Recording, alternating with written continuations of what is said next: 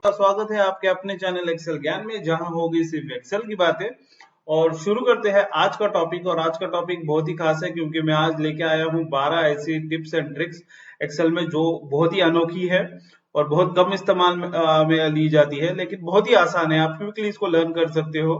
तो मैं आपको गुजारिश करता हूं कि ये वीडियो अंत तक देखिए। पता नहीं आपको कौन सी ट्रिक्स और टिप्स आपको ज्यादा यूजफुल लगे और आपके लिए वो ज्यादा कारगर हो।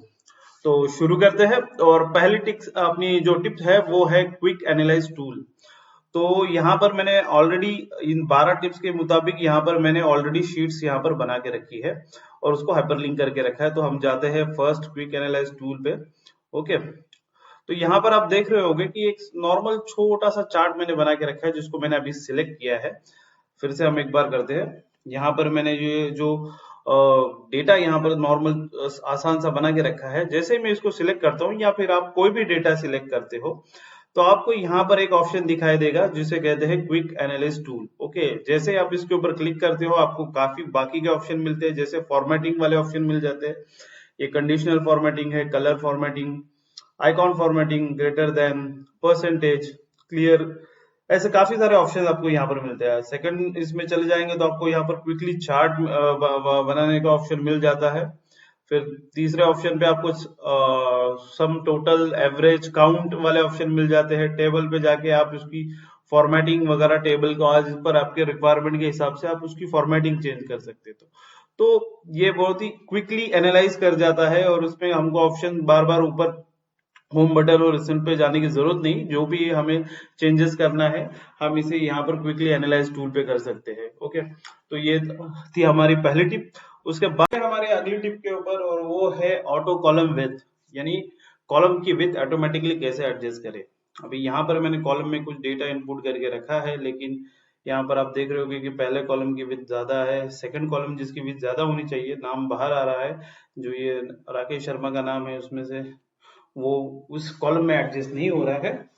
तो जो भी कॉलम की विड्थ आपको एडजस्ट करनी है उसे सिलेक्ट करिए और कर दीजिए यहाँ पर ऊपर जो आपको ऑप्शन दिख रहा है डबल एरो का, वहां पर जाके कर दीजिए डबल क्लिक। ये ऑटोमेटिकली आपकी कॉलम की विड्थ एडजस्ट हो जाएगी एज पर द डेटा, जो भी लार्जेस्ट डेटा है, यानी जो भी सेल में जो लार्जेस्ट डेटा है उसके मुताबिक। चलो हम यहाँ पर चेक करते हैं। यहाँ पर मैं वो डेटा ज्यादा बड़ा करता हूँ और मैं कर देता हूँ इंटर, और फिर मैं करता हूँ वो कॉलम सिलेक्ट और उसको कर देता हूँ डबल क्लिक। जो भी लार्ज डेटा होगा सेल में उसके मुताबिक वो कॉलम एडजस्ट हो जाएगा। उस तरीके से आप क्विकली कॉलम की विड्थ एडजस्ट कर सकते हैं। नेक्स्ट टिप के ऊपर जाते हैं जो है ट्रांसपोज। अभी यहाँ पर जो चार्ट आपको दिख रहा है, मैं चाहूंगा ये चार्ट मेरे को रीअलाइन हो। ओके, यहाँ पर जो नेम, सिटी और मंथ वाले है, जो हेडिंग दिख रहे हैं, जो कॉलम दिख रहे हैं, वो वर्टिकल में आ जाए, यानी ये उल्टा हो जाए टोटली। तो उसको किस तरीके से किया जा सकता है, मैंने कर लिया वो जो चार्ट मेरे को डेटा जो ट्रांसपोज करना है, मैंने कर लिया कॉपी। मैं गया नीचे जहां पर मुझे ये डेटा ट्रांसपोज करना है, मैंने किया राइट क्लिक। राइट क्लिक करने के बाद मैं जाऊंगा स्पेस स्पेशल ऑप्शन पे। स्पेस स्पेशल का ऑप्शन मैंने सिलेक्ट कर लिया। स्पेस स्पेशल का ऑप्शन मैंने सिलेक्ट करने के बाद मेरे पास ये आपको दिख रहा होगा कि मेरे पास काफी सारे स्पेस स्पेशल के ऑप्शन दिख रहे हैं यहाँ पर। तो यहाँ पर सबसे नीचे वाला जो ऑप्शन दिख रहा है ट्रांसपोज, वहां पर जाके आपको करना है क्लिक और करना है ओके। जैसे मैंने ओके किया, ये जो ऊपर वाला डेटा था वो रीअलाइन हो गया, यानी जो हेडिंग थी अभी वो बन गए हैं, वो डिटेल्स आ गई कॉलम में, यानी ये टोटली रिवर्स हो गया है। ओके, तो इस ट्रांसपोज की वजह से आप ये डिटेल्स टोटली जो भी डेटा आपका है वो रिवर्स कर सकते हो या फिर उसकी रीअलाइनिंग कर सकते हो। नेक्स्ट वाली टिप पे जाते हैं और नेक्स्ट वाली टिप है रिमूव डुप्लीकेट्स। डेटा में से रिमूव वाली डुप्लीकेट्स वाली एंट्री किस तरीके से रिमूव करे, इसके बारे में है ये। यहाँ पर एक जो आपको चार्ट दिख रहा है, यहाँ पर आपको दिख रहा होगा कि फर्स्ट जो नेम है, यहाँ पर फर्स्ट नेम में आपको दिख रहा होगा समीर का नाम डबल है, यहाँ पर उसका सरनेम, और यहाँ पर अमाउंट सिर्फ डिफरेंस है, यहाँ पर ये 44 वाले अमाउंट डबल है। ओके, अभी इसको किस तरीके से रिमूव किया जाए, मैंने ये कर लिया डेटा सिलेक्ट, जो भी आपको जिसमें से भी आपको डुप्लीकेट एंट्री रिमूव करनी है वो डेटा सिलेक्ट करने के बाद आपको जाना है डेटा पे। डेटा पे जाके आपको जाना है रिमूव डुप्लीकेट पे।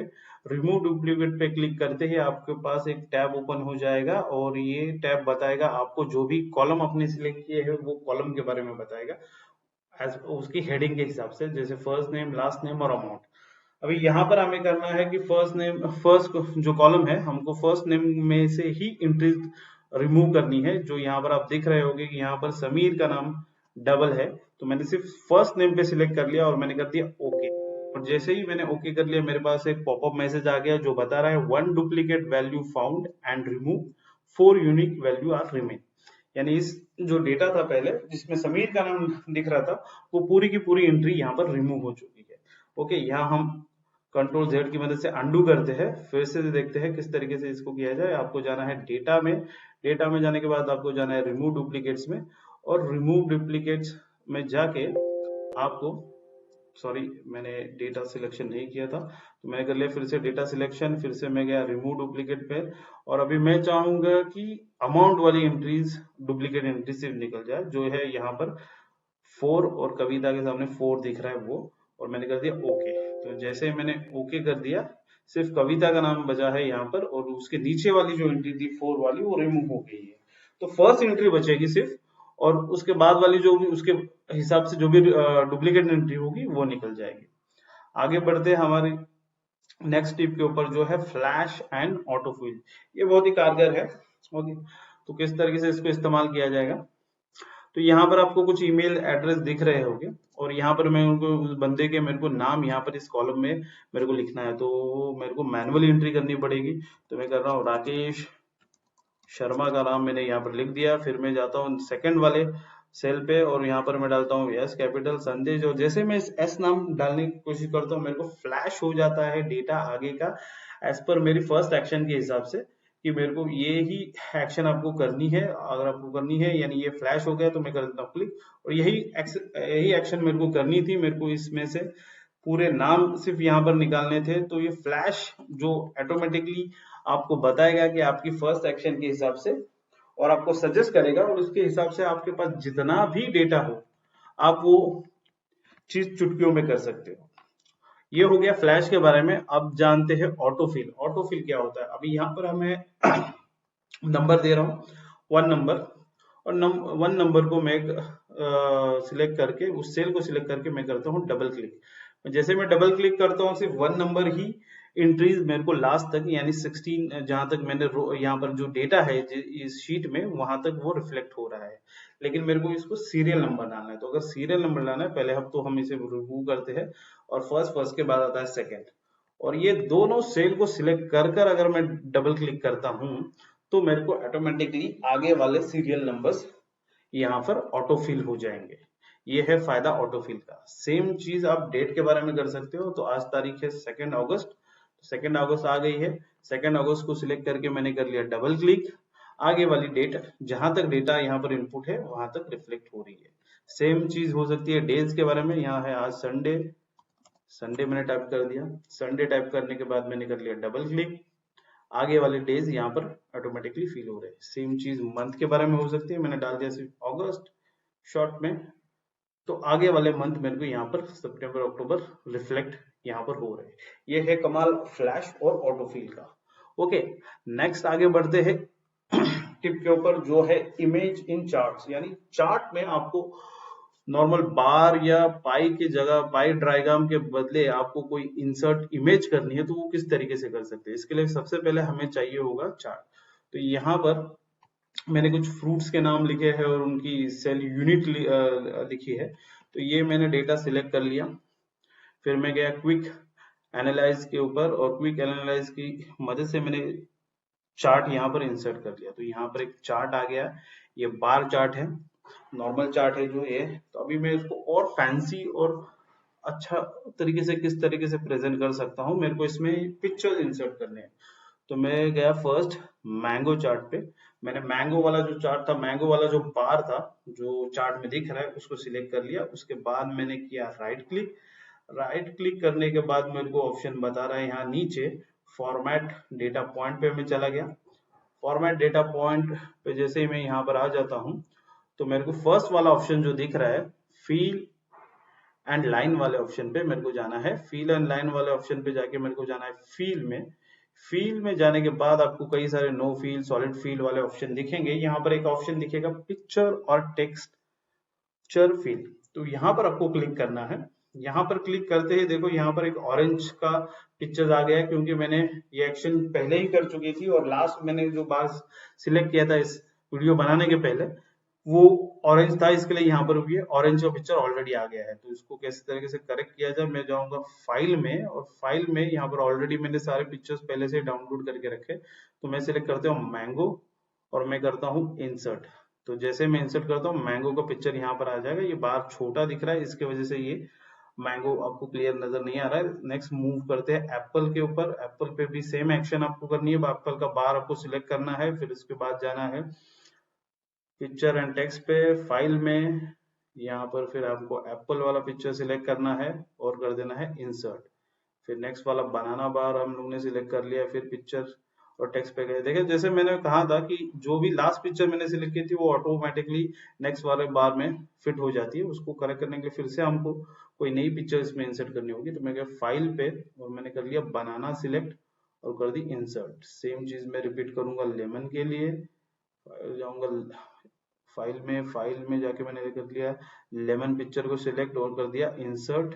फिर लास्ट बच जाता है बार जो ऑरेंज है, ऑरेंज के लिए मैं गया पिक्चर्स में, फाइल में गया और लास्ट ऑरेंज वाला पिक्चर मैंने यहाँ पर इंसर्ट कर दिया। तो देखा किस तरीके से आप अपने चार्ट को और मोर ब्यूटीफुल बना सकते हो इमेजेस उसमें इंसर्ट करके। तो नेक्स्ट वाली टिप में बढ़ते हैं। नेक्स्ट वाली जो टिप है वो है स्क्रीनशॉट। स्क्रीनशॉट किस तरीके से एक्सेल में इंसर्ट किया जाए। वैसे तो जैसे पिक्चर्स इंसर्ट करते हैं आप इंसर्ट में जाके कर सकते हैं, लेकिन यहाँ पर एक्सेल में काम करते करते हैं आप स्क्रीनशॉट ले भी सकते हैं। किस तरीके से, आपको जाना है फर्स्ट इंसर्ट में, इंसर्ट में चले गए, आप गए पिक्चर्स और पिक्चर ऑनलाइन के बाजू में आपको एक ऑप्शन दिखेगा जो है टेक अ स्क्रीनशॉट। यहाँ पर मैंने क्लिक कर दिया। यहाँ पर मैंने क्लिक कर दिया तो जो भी मैंने पहले स्क्रीनशॉट लिए थे वो मेरे को यहाँ पर रिफ्लेक्ट हो रहे हैं, लेकिन मेरे को यहाँ पर फ्रेश स्क्रीनशॉट लेना है तो मेरे को जाना है स्क्रीन क्लिपिंग में। और स्क्रीन क्लिपिंग में मैं क्लिक करता हूँ और मैं पहुंच जाता हूँ ये एक्सेल पे, जो मेरी ऑलरेडी यहाँ पर मैंने एक एक्सेल ओपन करके रखी है। मैंने जो भी आपके ऑलरेडी आपने जो काम कर रहे हो एप्लीकेशन पे, तो वो एप्लीकेशन आपको सजेस्ट करते हैं तो वो एप्लीकेशन ओपन है तो वहां पर लेके जाता है। या तो वहां पर जाके मैंने यहाँ पर ये स्क्रीनशॉट ले लिया, जितना मेरे को स्क्रीन चाहिए मैंने उतनी सिलेक्ट कर ली और मैंने कर दिया ओके। ओके, तो यहाँ पर आ गई स्क्रीन जो मुझे चाहिए थी। स्क्रीनशॉट चाहे तो मैं इसे छोटा कर लेता हूँ ताकि आपको विजिबल हो। तो सेम आप सेम चीज में यानी सेम स्क्रीनशॉट ले सकते हो, दूसरे स्क्रीनशॉट ले सकते हो जो भी एप्लीकेशन आपके ओपन है उसकी उसमें जाके। नेक्स्ट वाली टिप में बढ़ते हैं। नेक्स्ट वाली टिप है टेक्स्ट टू कॉलम। ये बहुत ही कारगर टिप है। यहाँ पर आपको देख रहा होगा कि कुछ एम्प्लॉयज के आईडी और एम्प्लॉयज के नाम यहाँ पर है। या अभी यहाँ पर जो एम्प्लॉयज के नाम है वो फुल नेम यहाँ पर मेंशन है, जैसे राकेश शर्मा यानी उसका फर्स्ट नेम और लास्ट नेम दोनों मेंशन है। तो अगर मैं चाहता हूँ कि मेरे को ये स्प्लिट करना है, यानी फर्स्ट नाम अलग कॉलम में आ जाए और सेकंड नाम अलग कॉलम में आ जाए, लास्ट नाम अलग कॉलम में आए, तो किस तरीके से करना है। तो पहले तो हमें वो सिलेक्ट करना है जो भी डेटा जिसमें से आपको ये स्प्लिट करना है या फिर नाम सेपरेट करने हैं। तो वो डेटा मैंने सिलेक्ट कर लिया। मैं गया डेटा पे। डेटा में आपको ये ऑप्शन दिखेगा text to column. Text to column पे जाते ही आपको करना है क्लिक, और जैसे ही आप उसको क्लिक करेंगे आपको टेक्स्ट टू कॉलम का एक टैब ओपन हो जाएगा। उसमें आपको डी लिमिट और फिक्स विथ वाले ऑप्शन के बारे में बताएगा। अब पहले तो हम डी लिमिट समझते हैं, ये नॉर्मल टेक्स्ट के लिए यूज करने के लिए कारगर होता है। तो डी लिमिट में गए हम लोग, गए नेक्स्ट। अभी जैसे हम नेक्स्ट पे चले गए, ओके, यहाँ पर टैब और स्पेस पे ऑलरेडी क्लिक करके रखा है, इसको मैं पहले अनडू करता हूँ। यहाँ पर टैब में होना बहुत जरूरी है, यानी टैब पे आप सिलेक्ट करते हो यानी जो भी आप आगे के एक्शन करते हो वो आपको नेक्स्ट कॉलम में चाहिए, इसके लिए आपको टैब पे क्लिक करना ही है। उसके बाद है सेमी कॉलन ऑप्शन, यानी यहाँ पर इस जो डेटा में सेमी कॉलन के हिसाब से आप डेटा स्प्लिट करना चाहते हो या फिर कॉमा के हिसाब से स्प्लिट करना चाहते हो या स्पेस के हिसाब से स्प्लिट करना चाहते हो। इसके बावजूद एक अदर ऑप्शन दिया है, समझो इस डेटा में @ है या फिर कोई दूसरी ऐसा कैरेक्टर है, स्पेशल कैरेक्टर है, उसके हिसाब से आपको उसको डेटा को स्प्लिट करना है। तो आपको करना है सिलेक्ट अदर में, और जो भी स्पेशल कैरेक्टर है, जैसे मैंने कहा था @ तो @ आपको यहाँ पर मेंशन करना है, तो वो उसके हिसाब से स्प्लिट होगा। लेकिन इस जो डेटा है उसमें स्पेस है, तो मैं यहाँ पर ये अदर वाला ऑप्शन नहीं चूज करता हूँ, मैं चूज करता हूँ स्पेस। जैसे मैंने स्पेस किया, नीचे आपको देख रहा होगा कि जो फर्स्ट नेम है उसके बाद स्पेस है, लास्ट नेम और फर्स्ट नेम के बीच में, तो वो स्प्लिट हो गया है। और अब अभी हमें आगे जाना है नेक्स्ट में, और ये मुझे कौन से इसमें चाहिए, डेट में चाहिए या फिर टेक्स्ट में चाहिए, तो मुझे ये चाहिए टेक्स्ट है, तो मैं इसको टेक्स्ट में लेना है, और मैं टेक्स्ट में जाके इसको करता हूँ फिनिश। जैसे मैं इसको फिनिश करता हूँ, फर्स्ट और सेकंड लास्ट नेम जो है वो सेपरेट हो गए, अलग कॉलम में आ गए हैं। इसी तरीके से आप किसी भी चीज में ये कर सकते हो, मेल्स में, ईमेल्स आईडी में, या फिर कुछ और डेटा फॉर्म में। अभी हम देखते हैं फिक्स विथ, जो टेक्स्ट कॉलम में ही ऑप्शन है, उसको किस तरीके से करते हैं। उसके पहले मेरे को थोड़ी यहाँ पर जगह बनानी पड़ेगी, क्योंकि यहाँ पर अगर मैं वो अप्लाई करूंगा तो ये वाली जो भी डिटेल मैं करूंगा ये वाले कॉलम में आएगी, इसलिए मैंने नेम वाला कॉलम हटा दिया।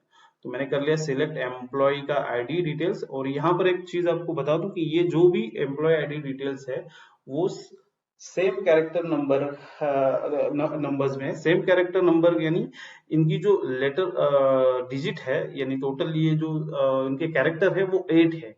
तो सारे जो डेटा है जिसमें सारे कैरेक्टर 8 नंबर के ही है, तो इसके लिए हम इसको टेक्स्ट कॉलम में इस्तेमाल करते हुए हम उसको फिक्स विथ में इस्तेमाल कर सकते हो, क्योंकि उसमें अगर कैरेक्टर नंबर सेम ही नंबर के है, यानी सेम ही काउंट है, तो उसको इस्तेमाल करने के लिए आप फिक्स विथ का इस्तेमाल कर सकते हो। इस तरीके से करना है, हमको करना है फिक्स विथ में सिलेक्ट, फिर गए नेक्स्ट में। ओके, अभी ये सेम कैरेक्टर होने की वजह से, यानी सेम नंबर के कैरेक्टर होने की वजह से यहाँ पर ए कॉमन है, तो मुझे ए निकालना है। तो मैंने कर दिया यहाँ पर क्लिक, ए के बाद में हमने क्लिक कर दिया तो एक एरो आ गया।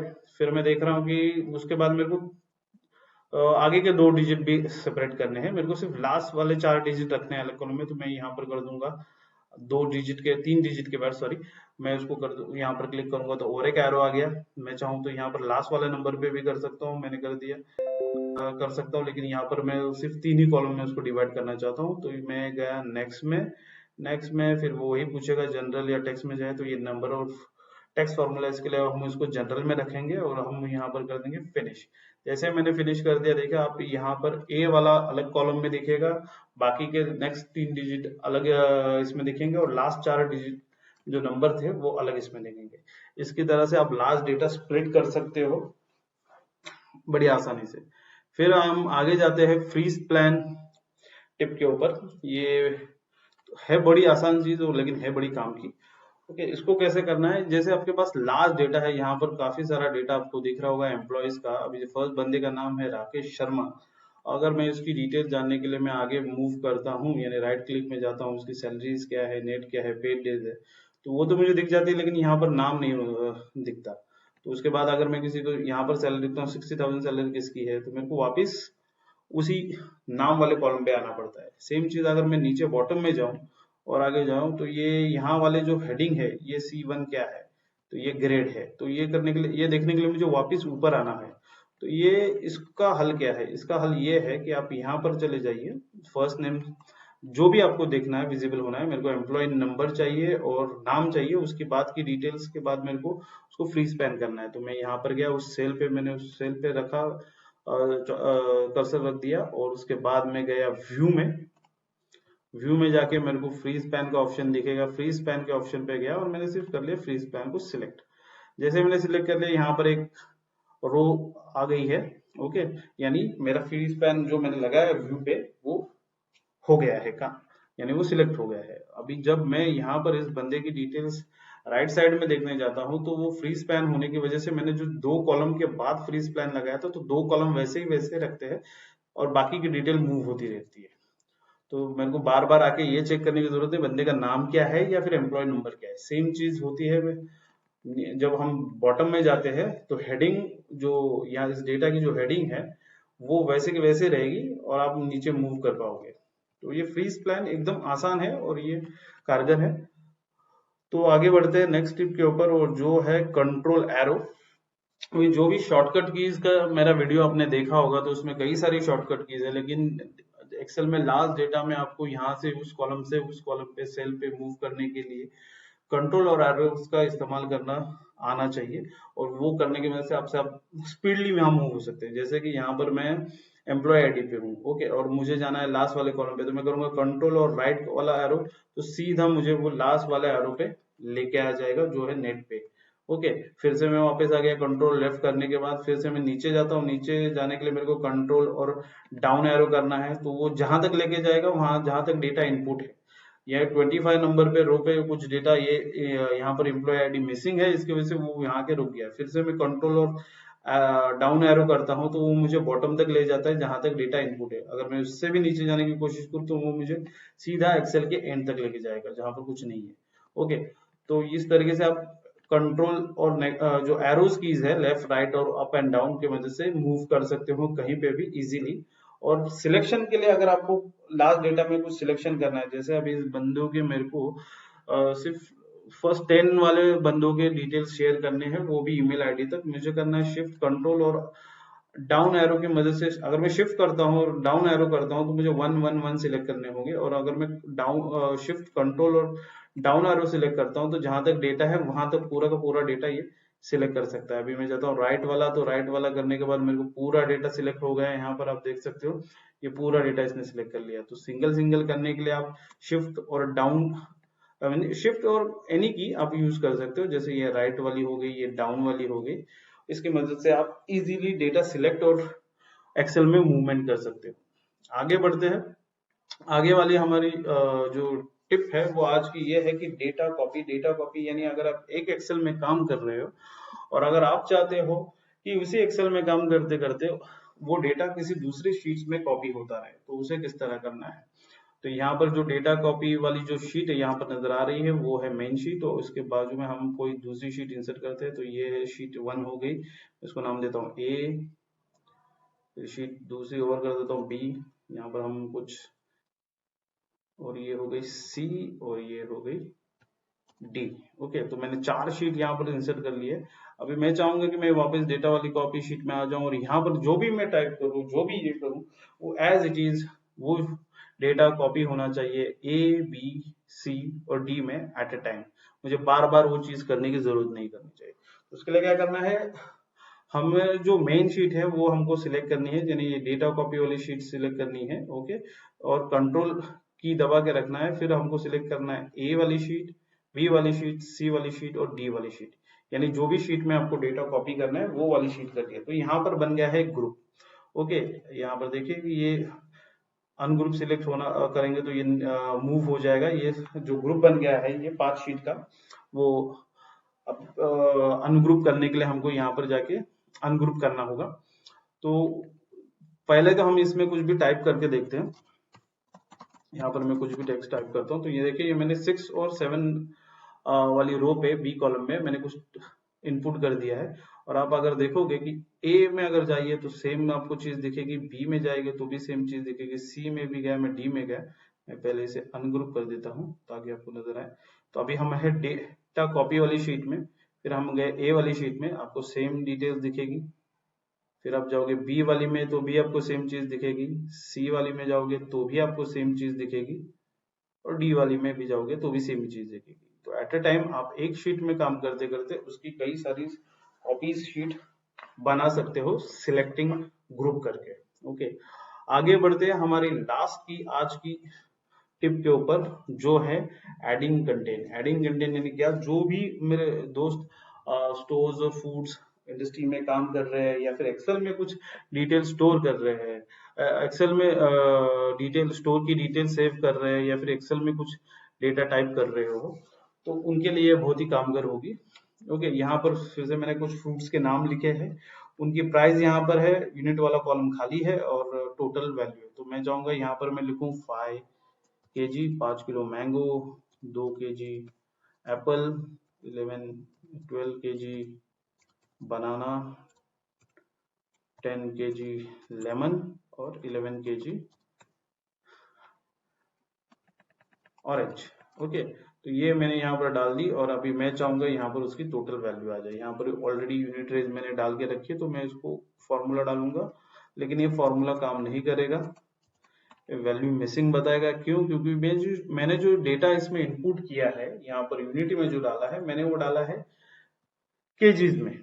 ओके, यानी सॉरी, मैंने ये डेटा डाला है टेक्स्ट में। अभी ये टेक्स्ट में डेटा डाला है, तो एक तो मैं इसमें इसको टेक्स्ट में डेटा ना डालूं, मैं सिर्फ 5 डालूं। ओके, तो मेरे को ये फॉर्मूला काम करेगा, इसकी वैल्यू रहेगी 1000, वो यहाँ पर आ रही है। लेकिन अभी ये डेटा जो रीड करेगा, जिसके साथ में भेजोगे, तो उसको कैसे समझेगा कि ये केजीज है, पीसेस है। जैसे बनाना डजन में आते हैं, पीसेस में आते हैं, तो उसको केजी अप्लाई नहीं होता। तो ऐसी दिक्कत का सामना कैसे करें, इसको किस तरीके से हल करें। मैं पहले इस कॉलम को, जो भी मैंने एरिया है उसको सिलेक्ट कर लेता हूँ। मैं जाता हूँ फॉर्मेट पे, फॉर्मेट सेल पे जाता हूँ, और यहाँ पर जनरल पे होता है नॉर्मली, जो भी फॉर्मेट हम, जो भी सेल हम सिलेक्ट करते हैं वो जनरल में एंट्री होती है। मैं जाता हूँ कस्टम पे। कस्टम पे जाके मैं सिलेक्ट करता हूँ 0, या फिर आपको डेसिमल में चाहिए तो आप डेसिमल सिलेक्ट कर सकते हो। यहाँ चलो हमने डेसिमल सिलेक्ट कर लिया। फिर यहाँ पर जाते हैं, यहाँ पर डबल कॉमा डालते हैं, स्पेस देते हैं, और लिखते हैं केजी। केजी लिख सकते हैं, पीसेस लिख सकते हैं, डजन लिख सकते हैं, जो भी आपका यूनिट मेजरमेंट है वो, और कर देते ओके। ओके, जैसे मैंने ओके कर दिया, यहाँ पर 5 और डेसिमल हमने 2 सिलेक्ट किए थे, इसलिए 2 आ गया और केजी आ गया। ओके, और फॉर्मूला भी यहाँ काम कर रहा है। और हमने ये पूरी कॉलम पे सिलेक्ट किया था, यानी सॉरी, हमने जो भी ये डेटा सिलेक्ट किया था, सेल सिलेक्ट किए थे, उस पर एप्लीकेबल होगा। तो मैं यहाँ डालता हूँ 2, तो केजी आ जाएगा। यहाँ डालता हूँ 12, 10, 11। तो यहाँ पर मेरे को यूनिट मेजरमेंट का जो यूनिट है वो केजीज में है, वो भी दिख रहा है, और यहाँ पर मेरा फॉर्मूला भी काम कर रहा है। अगर आपको लगना है कि नहीं, बनाना केजीज में नहीं है, पीसेस में होना चाहिए, तो यहाँ पर आपको उसी सेल पे जाके सिलेक्ट करना है, फॉर्मेटिंग पे जाना है, जो केजीज में दिख रही है उसके जगह पे आप डाल दीजिए पीसेस या फिर डजन, जो भी है, ये काम करेगा। तो कैसा लगा आज का वीडियो, मेरे को जरूर बताना, और कौन सी टिप आपको ज्यादा पसंद आई, ये आप मेरे को कमेंट बॉक्स में बता सकते हो। अगर वो ये वीडियो आपको सच्ची में अच्छा लगा हो, और ये 12 टिप्स आपको सच्ची में यूजफुल लगी हो, तो प्लीज लाइक और सब्सक्राइब करना ना भूलिए। हम मिलेंगे हमारे नेक्स्ट वीडियो में, तब तक के लिए बाय बाय, टेक केयर।